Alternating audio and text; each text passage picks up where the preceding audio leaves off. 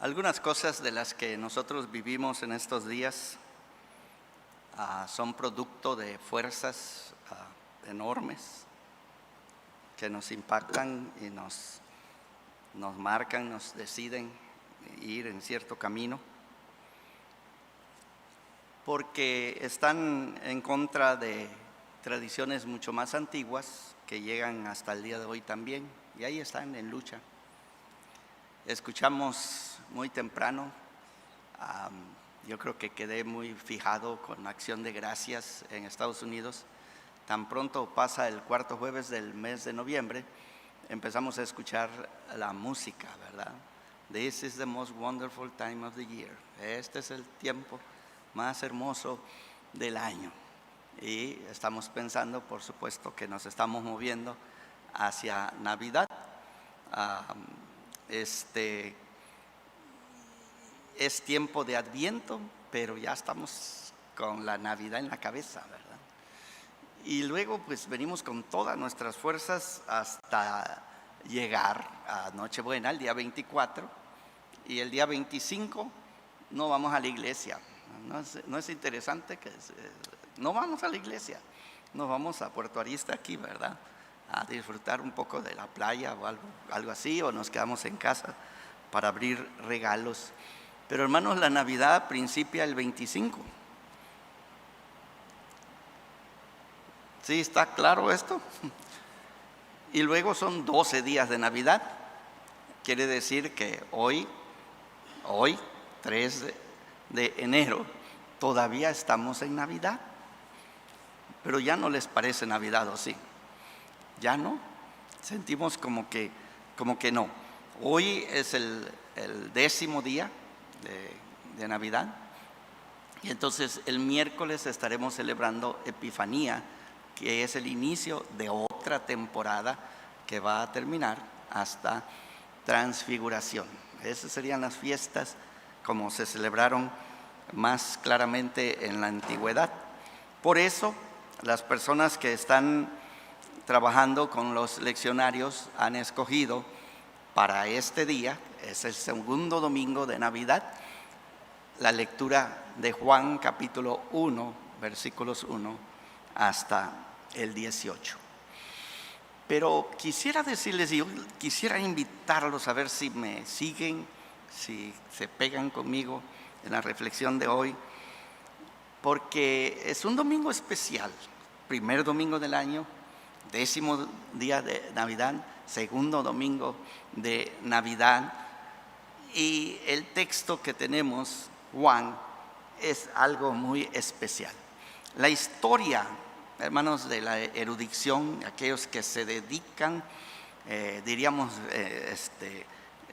de por vida a estudiar este evangelio, nos dicen que el evangelio de San Juan está lleno de metáforas, las cuales han sido examinadas detalladamente. Yo quisiera decirles que hay una cantidad imposible de leer ya, imposible de leer si uno se dedicara solo a eso, del evangelio de San Juan, y han estudiado cada una de sus metáforas, pero lo han hecho en general de manera atomista, es decir, sacan una metáfora, la van a estudiar, lo van a explorar en su totalidad. Ha sido como que han diseccionado todo el evangelio con todos sus recursos retóricos, pero hay muy pocos estudios, quizás nulos, diría, tratando de ver cómo estas metáforas funcionan juntas en una totalidad mucho más amplia y rica de contenido, que es parte integral del evangelio que se está proclamando. En otras palabras, ustedes y yo necesitaríamos escuchar todas y cada una de estas metáforas con todas sus insinuaciones para poder captar lo que el evangelio en sí nos está diciendo. Tal vez sería bueno diferenciar entre un símil y una metáfora para irnos metiendo al tema de hoy. Un símil es esta figura retórica de nuestro idioma y de todos los idiomas donde usamos la palabra como. La palabra como. Nosotros diríamos, por ejemplo, el amor es como un viaje, como un peregrinaje, como una aventura. Ahí está la palabra como. Alguien pudiera expresarse de esta manera: esa mujer es un bloque de hielo. ¿Sí? Es como un bloque de hielo. Te acercas y está fría, fría, ¿verdad? Y los hombres también, doble bloque, ¿verdad? Y en la palabra de Dios la encontramos: lámpara es a mis pies tu palabra. Obviamente hay una comparación, se parece a, tiene las ideas como aquella otra cosa, pero por supuesto no es así. Estamos haciendo comparaciones. Cuando utilizamos metáforas, ya no aparece la palabra como, sino aparece directo. Sin embargo, en nuestra mente deberíamos de mantener esta distinción, y debo decirles que Juan está lleno de metáforas, ¿sí? Lleno de metáforas. Con el Evangelio de Juan, raramente, como decía, se ha notado la acumulación, mucho menos la interconexión de estos grupos de imágenes, la relación temática y el impacto que todas estas palabras deben de tener en la vida de cada uno de nosotros que nos acercamos a estudiar el Evangelio, en este caso el Evangelio de Juan. Porque ellas nos revelan a nosotros, nos dan una clave para entender cómo es Dios. Y esto es importantísimo, porque ustedes que oran, piden, se acercan, conviven, tienen comunión con Dios, deben de entender qué clase de Dios es el que describe este Evangelio de San Juan. Y por supuesto el revelador, porque estas son convicciones muy nuestras.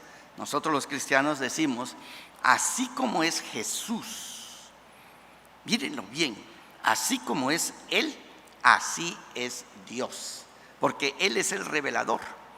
Él es el que revela cómo es el Padre. Y así como es el Padre, es Jesús. Y así como es Jesús, es el Padre. Entonces, este Evangelio va a contestarle a uno de sus discípulos, porque dijo: muéstranos al Padre y nos basta. El Señor Jesucristo le dijo: el que me ha visto a mí, ha visto al Padre. Ha visto al Padre. La palabra que va a coronar el inicio de este Evangelio va a aparecer por primera vez en el capítulo 3, versículo 16, que ustedes conocen: porque de tal manera amó Dios al mundo. La palabra amor es lo que va a coronar todas estas imágenes que se están acumulando desde el principio.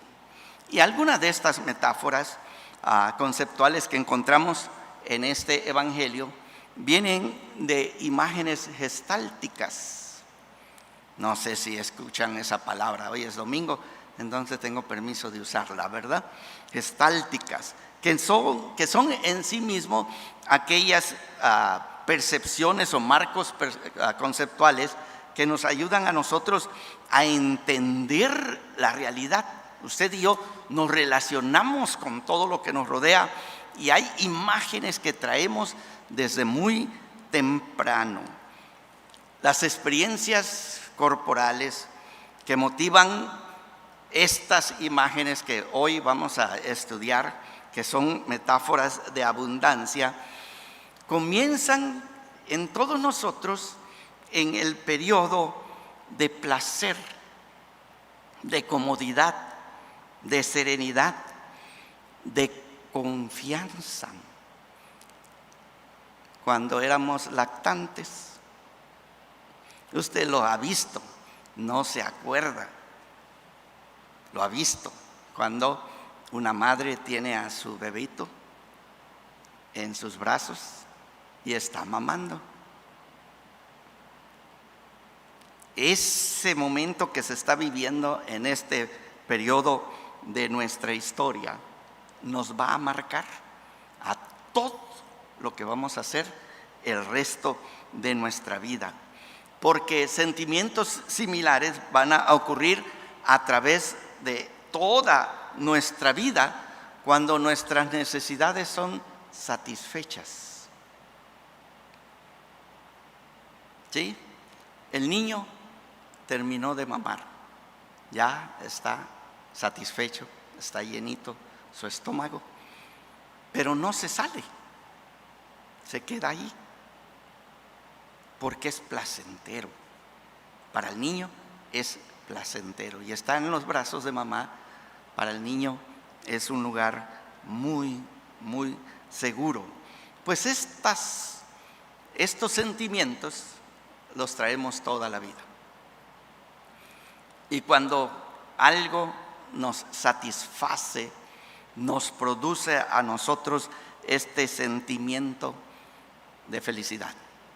Y cuando nos encontramos con personas, con familias, con lo que sea que vamos encontrando en nuestra vida, que establecen seguridad, nosotros nos sentimos como cuando éramos bebitos. O sea, hay una relación muy íntima.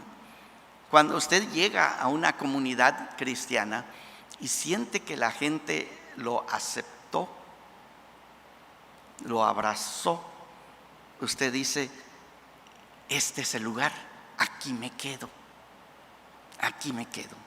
Una iglesia va a crecer y crecer y crecer de acuerdo a la capacidad que nosotros tenemos como congregación de hacer sentir a las personas que han llegado a casa. ¿Y no sienten ustedes que es una buena responsabilidad que todos tenemos? Nosotros como congregación somos como una mamá que llega el bebé y lo abrazamos y le hacemos sentir en casa, y la persona dice: aquí me quedo. Y algunos de nosotros llegamos y como que no encajamos, ¿verdad? Como que estamos colgados, no sé, de ahí jalando el mandil de mamá y diciendo: ¿y yo cuándo, verdad? ¿Cuándo me van a querer? ¿Cuándo me van a aceptar? Y cuando finalmente nos sentimos aceptados, sentimos, hermanos, precisamente un cumplimiento o una satisfacción de lo que estamos buscando a través de nuestra vida. Y ustedes van a encontrar en la Biblia un montón de metáforas que van a expresar exactamente esto. ¿Han escuchado esta expresión en alguna parte de la Biblia? Mi copa está rebosando. ¿La han escuchado? ¿Sí? Lueguito, ¿verdad? Porque este Salmo 23 es un salmo de confianza. Es un salmo como que nos hace sentir en casa, nos hace sentir bien. Sí, textos que tal vez ya no reconozcan bien, pero ahí están en la palabra de Dios.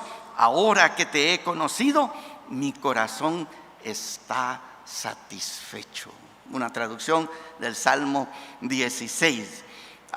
He vivido una vida plena. Hace años mi hijo Moisés, mi hijo Isaac y su servidor viajamos desde Tijuana, nos venimos en avión hasta La Polca, porque mi abuelo, don Fernando Arriola, tenía ya días contados y tuvimos la oportunidad de venir los tres. Y cuando nos encontramos con mi abuelo, platiqué con él. Siendo pastor, le hice preguntas claves, por supuesto. Y una de ellas fue: Papá Nando, ¿estás satisfecho de la vida? Y volteó a verme y me dijo: hijo, yo creo que hice todo lo que quise hacer en esta vida. Estoy feliz, estoy contento, estoy listo para irme. Ojalá cada uno de ustedes pueda terminar su vida diciendo: estoy satisfecho. contento, completamente satisfecho. Bueno, si ustedes me han seguido en esta introducción de cómo somos nosotros, cómo funcionamos, entonces, cuando entramos al Evangelio de San Juan, ustedes y yo nos vamos a topar con una sorpresa preciosa. Y desde el principio, el escritor de este Evangelio nos dice esas palabras claves que nuestro oído debe estar atento para escuchar. Y aquel verbo se hizo carne. Aquel verbo se hizo carne y habitó entre nosotros. Y vimos su gloria, gloria como del unigénito del Padre. Y escuche estas palabras: lleno de gracia y de verdad. Lleno de gracia y de verdad. Y el versículo 16, que es el que quisiera utilizar para entrar a todo lo que quiero hablar del Evangelio, principia reafirmando precisamente la plenitud divina de la que participan los creyentes. Escuchen ustedes el versículo 16. Y ojalá que no solo lo escuchen con el oído externo, pero con el oído del corazón. Porque de su plenitud tomamos todos, y gracia sobre gracia.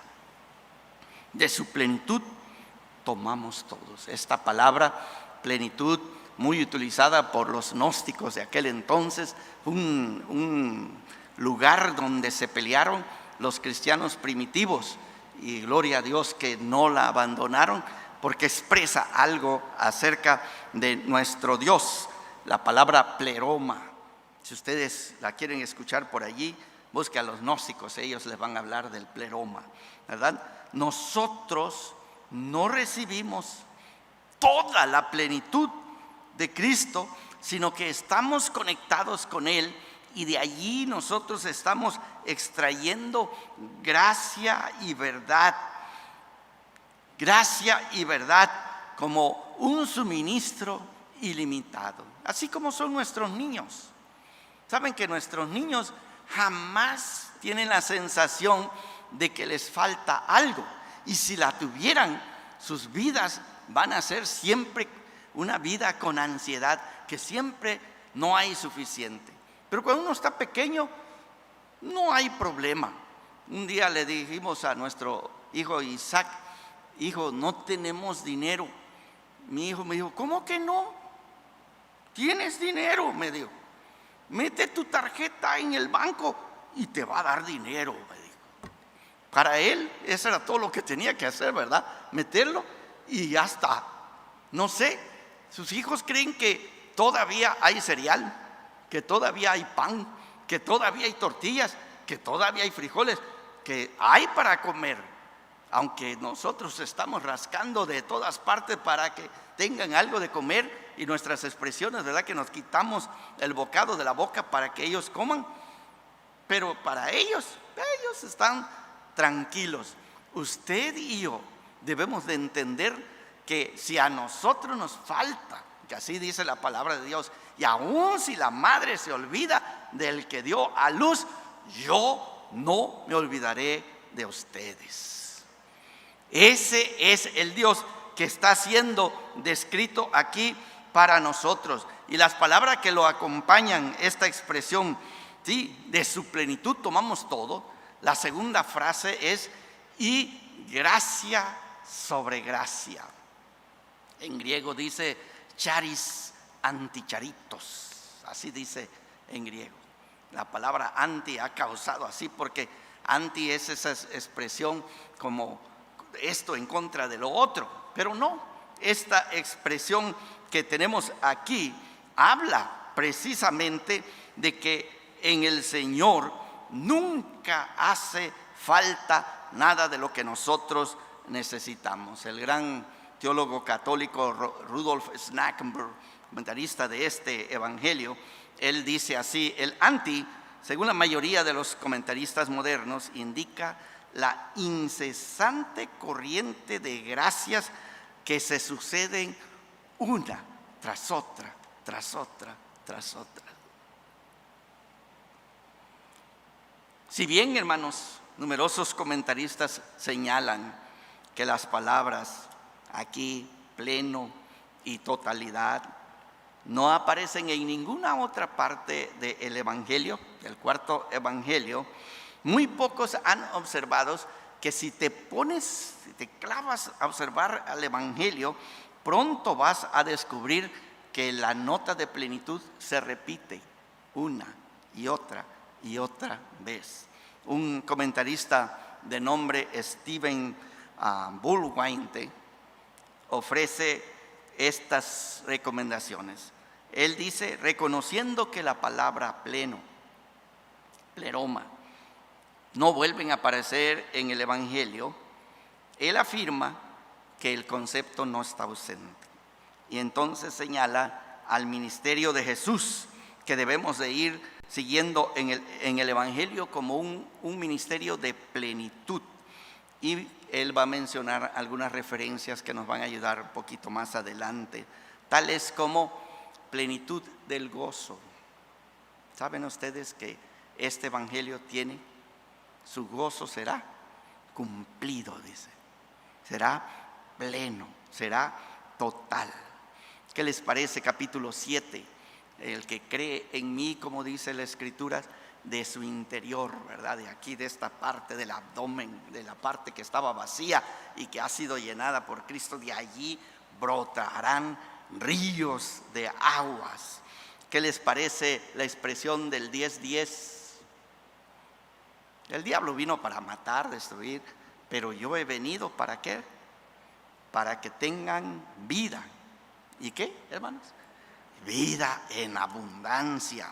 Sí, cuando el Señor multiplica el pan en el desierto, comieron hasta saciarse y todavía les sobró 12 cestas.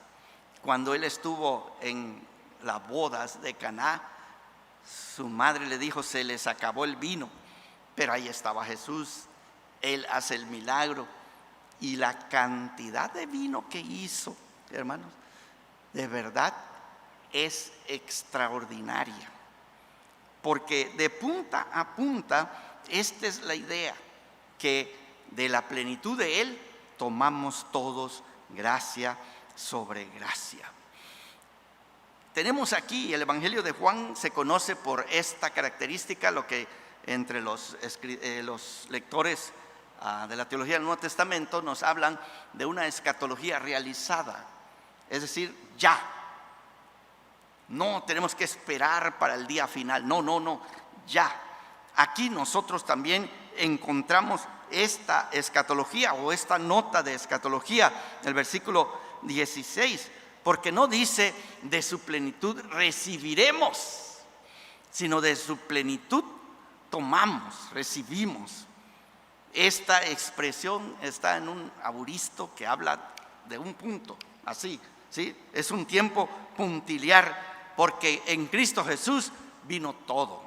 Ahí en el capítulo 4 también ustedes van a encontrar que el Espíritu de Dios no se da por medida, no se da por medida. Cuando el Espíritu de Dios se da a la iglesia, se da a las personas que lo han recibido, se da plenamente, en su totalidad. Ustedes que son cristianos tienen el Espíritu de Dios, pero no un pedacito, una gotita, sino en su totalidad. Hace muchos años me acuerdo haber leído a Tagore, Rabindranath Tagore, un poeta de la India, que expresa esto: cuando el sediento llega y le dice al arroyo: dame un sorbo para beber, el arroyo le contesta: te la doy toda. Me gusta esa expresión, porque así es Jesucristo. ¿Se acuerdan ustedes que le pidió agua a la mujer samaritana? Y ella le dijo: tú no tienes cómo sacar el agua, porque le ofreció agua. Le dijo: si tú supieras quién es el que habla contigo, tú le pedirías a él y él te daría agua para nunca regresar a este pozo, hermano. Ese es el mensaje que nosotros tenemos aquí. Estamos recibiendo, y esto constantemente, bendición tras bendición tras bendición, precisamente porque esta es la naturaleza del Padre que se ha revelado en el Hijo y que se nos ha ofrecido a nosotros. Y entonces tenemos una metáfora de plenitud, y la manera más fácil como Juan lo expresa es con el versículo 18. A Dios nadie le vio jamás. El Hijo, el que está en el seno del Padre, me gusta otra traducción, es el que está cerca del corazón del Padre, Él le ha dado a revelar. Y entonces reiteramos que en el prólogo Juan está tratando de dirigirnos a la lectura de todo su evangelio, y estas palabras deberían de quedarse en nuestra mente, en nuestro corazón. Yo pertenezco a una familia cuyo Padre tiene gracia que jamás se termina. Es imposible de apagar esa llama, y se ha manifestado en Jesucristo para dárnosla a nosotros. Tan pronto empezamos a reconocer esta metáfora de plenitud del evangelista, entonces todas las acciones que vienen más adelante en su evangelio, hermanos, indican que este Dios manifestado en Jesucristo de verdad se ha manifestado para darnos con Él, como Pablo testifica en Romanos 8, todas las cosas. Y no es una buena palabra para principiar el año 2021, hermanos. Saber que el Dios nuestro, el Dios que quiere caminar con nosotros, es un Dios que tiene plenitud de gracia y de verdad para nosotros. Si las historias, hermanos, que nosotros encontramos, como Juan va a testificar en el capítulo 20, versículos 30 y 31, allá él va a decir lo siguiente: muchas cosas hizo Jesús delante de sus discípulos, las cuales no están escritas en este libro, pero estas se escribieron para que creáis que Jesús es el Cristo, el Hijo de Dios, y para que creyendo tengáis vida eterna.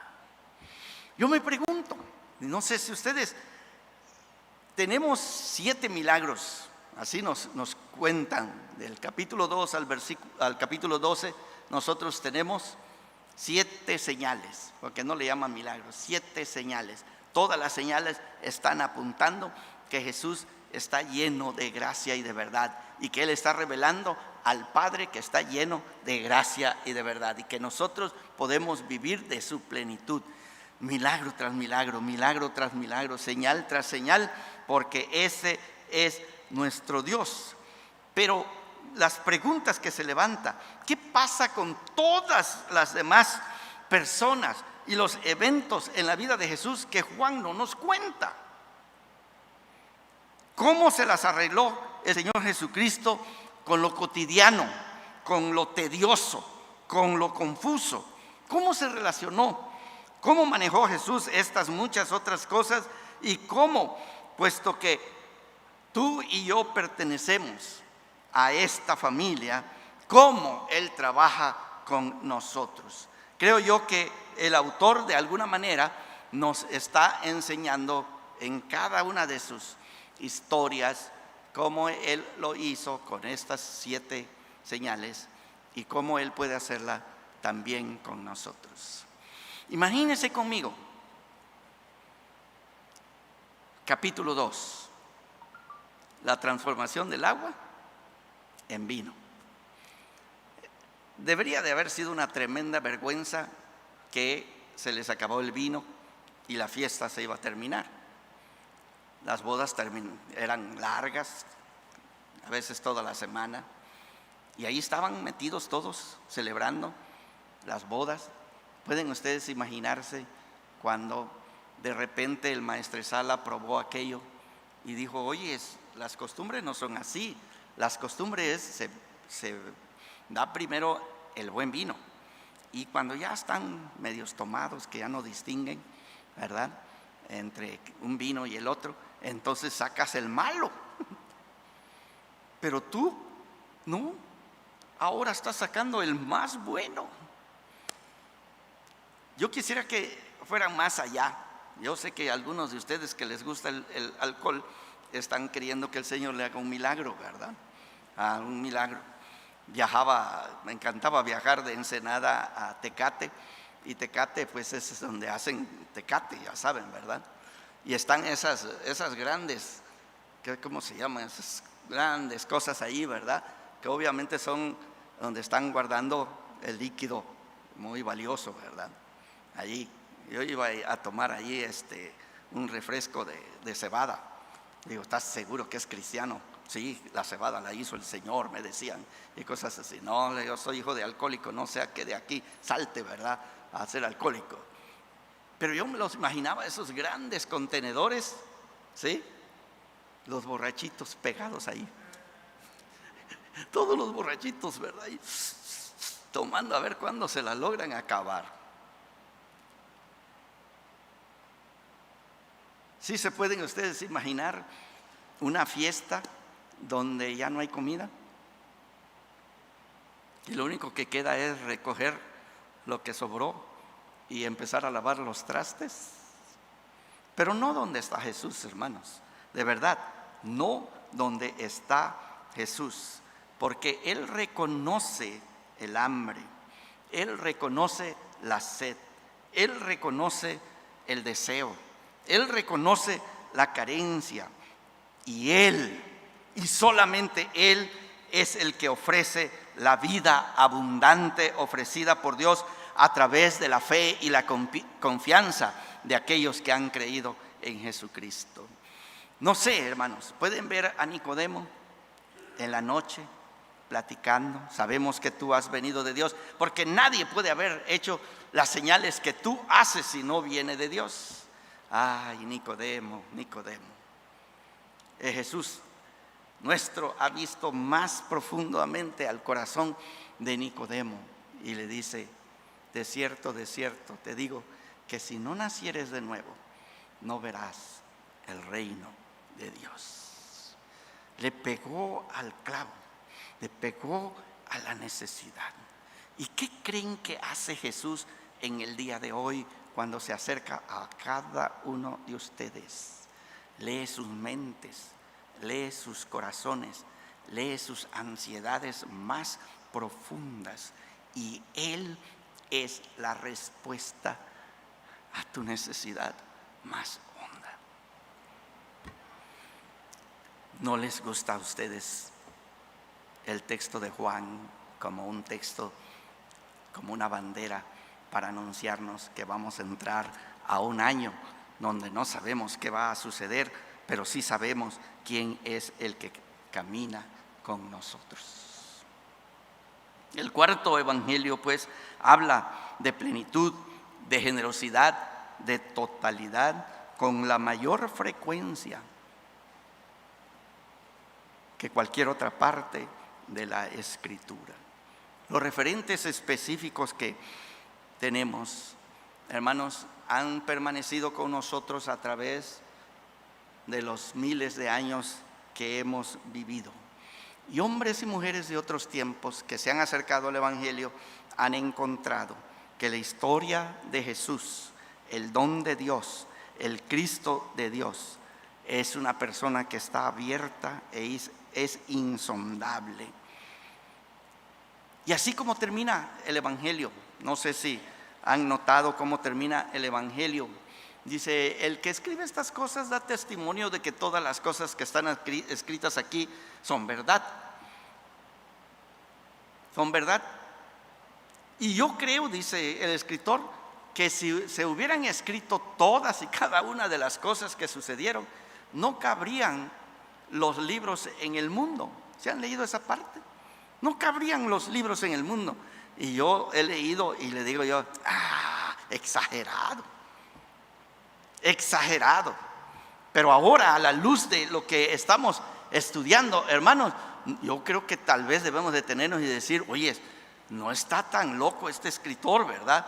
De verdad, porque no cada uno de ustedes pudiera testificar cómo Dios ha sido fiel con ustedes, cómo de su plenitud han venido tomando año tras año. Ustedes han recibido un milagro tras otro milagro, tras otro milagro, tras otro milagro, tras otro milagro. Y como que cuando terminamos el milagro, como que no quedamos satisfechos, ¿sí? Por fin pude pagar mis deudas, por fin pude pagar mi renta, por fin pude pagar esta que necesitaba, o comprar lo que estaba necesitando, y me quedo del otro lado y digo yo, con ese sentimiento, ¿y cómo le vamos a hacer para mañana? No tiene ese sentimiento. ¿Y cómo le vamos a hacer para mañana? Aún los que tienen dinero, si por alguna razón les bajó tantito sus ganancias, están diciendo, fue un año muy malo, muchas pérdidas. Lo que están diciendo es, hay una ansiedad que no sabemos qué va a suceder el día de mañana. Pues el evangelista Juan viene para decirnos, de su plenitud tomamos todos, gracia sobre gracia. Y nosotros decimos, amén, amén. Y quiero ir concluyendo con dos de las acciones que también me dejan sorprendido y que me desafían. Capítulo 12, ustedes van a encontrar a una mujer llamada María. Están en una fiesta, están en Betania, están en la casa de Lázaro, y ella de pronto aparece con una caja de alabastro en donde trae un perfume de nardo muy caro. Y esta mujer, sin preguntar, sin pedir permiso, simple y sencillamente se metió y se fue directo a los pies de nuestro Señor Jesucristo, y allí derramó su perfume. Y el evangelista tiene la delicadeza de avisarnos que el olor del perfume llenó toda la casa. Las asociaciones de ideas, hermanos, se van en todas direcciones. Porque este acto de María es un acto de respuesta al Verbo de Dios, aquel que se encarnó, aquel que habitó en medio de nosotros, aquel de quien vimos la gloria como del unigénito del Padre, lleno de gracia y de verdad, aquel de quien tomamos de su plenitud gracia sobre gracia. Había tocado su vida, y María está respondiendo también del mismo tamaño, con un nardo tan caro. Judas, que está allí, que es uno de los discípulos que no le ha caído el 20, pobre Judas, hermanos, está portándose bien tacaño, diciendo, se podría haber vendido por 300 denarios y haberse repartido entre los pobres. Pero nosotros necesitamos clavarnos a María, que está respondiendo a esta manifestación en Cristo Jesús. Yo la veo y digo, cuando sea grande, yo quiero ser como María. Yo quiero responder a mi Dios con la misma entrega, con la misma fidelidad y con la misma plenitud como respondió esta discípula del Señor. Y más tarde, capítulo 19, el Señor Jesucristo ha muerto y están buscando dónde lo van a enterrar. Viene un discípulo secreto, dice, pues no tan secreto, que vino a la sepultura. José de Arimatea ha dado el lugar, pero Nicodemo trae, lean el texto, 100 libras.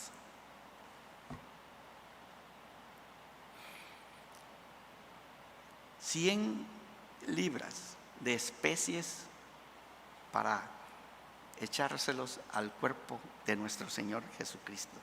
100 libras, hermanos, 50 kilos.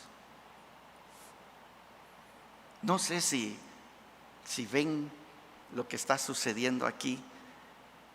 Nicodemo también responde, aún en este contexto, con una plenitud que de verdad corresponde a nosotros, los que hemos entendido.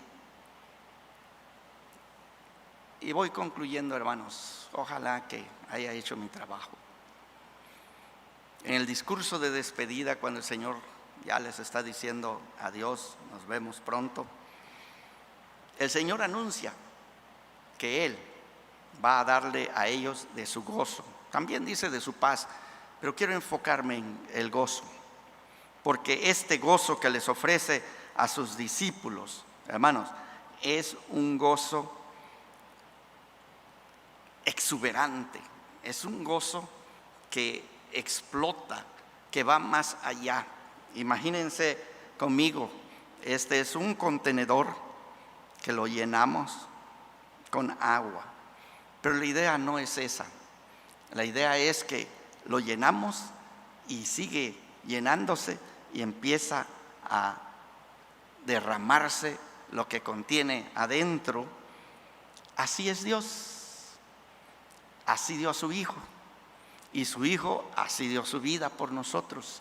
Y la iglesia cristiana que entiende y logra penetrar esta verdad sabe que con solo saber que nuestro Dios va con nosotros es suficiente. Pero el Señor va más allá todavía, porque no solamente les dice, mi gozo se va a cumplir en ustedes, pero también les dice, este es un gozo que funciona a pesar de, dadas las circunstancias económicas de los primeros lectores de Juan, así como de las luchas y las dificultades cotidianas de todos aquellos que estamos familiarizados con la vida, con los tiempos, con las dificultades. Ahora nosotros con la pandemia, todos nosotros hemos experimentado el gozo de Jesucristo en medio de circunstancias adversas, que indica y comprueba mucho más precisamente el poder de la revelación de Dios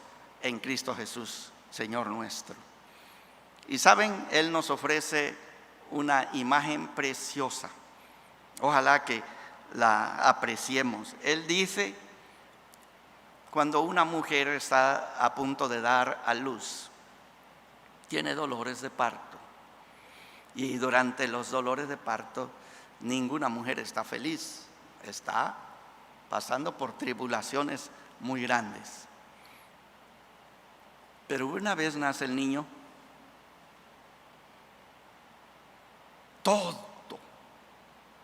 los dolores que haya pasado se le olvidan.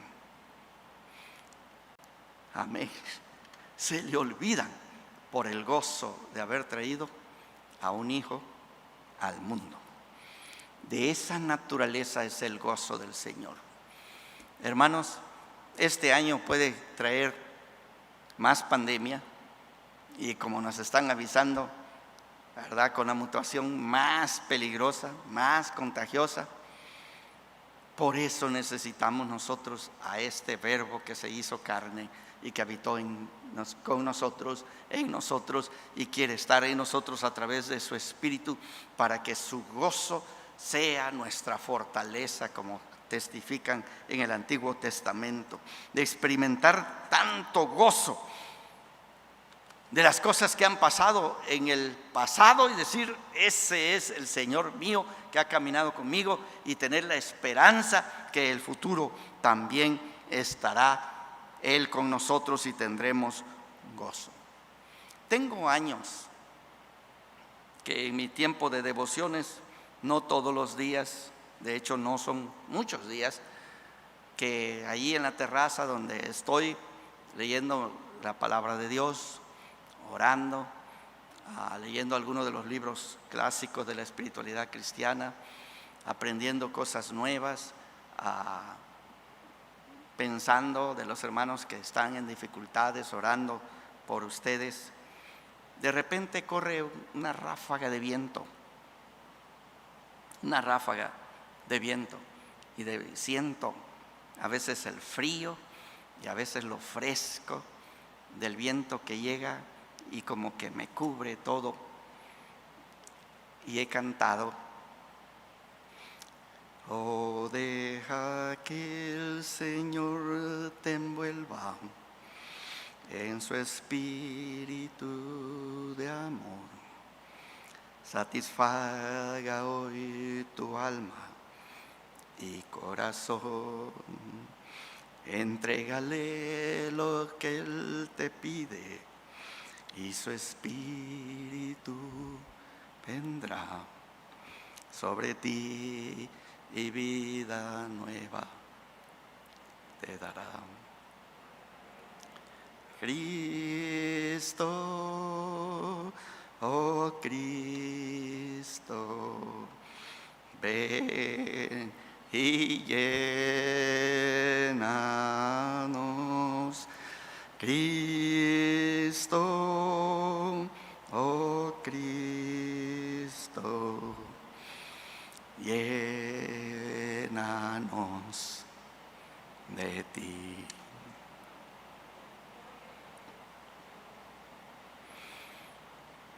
Nuestro Padre Celestial, el Dios al que nadie ha visto jamás,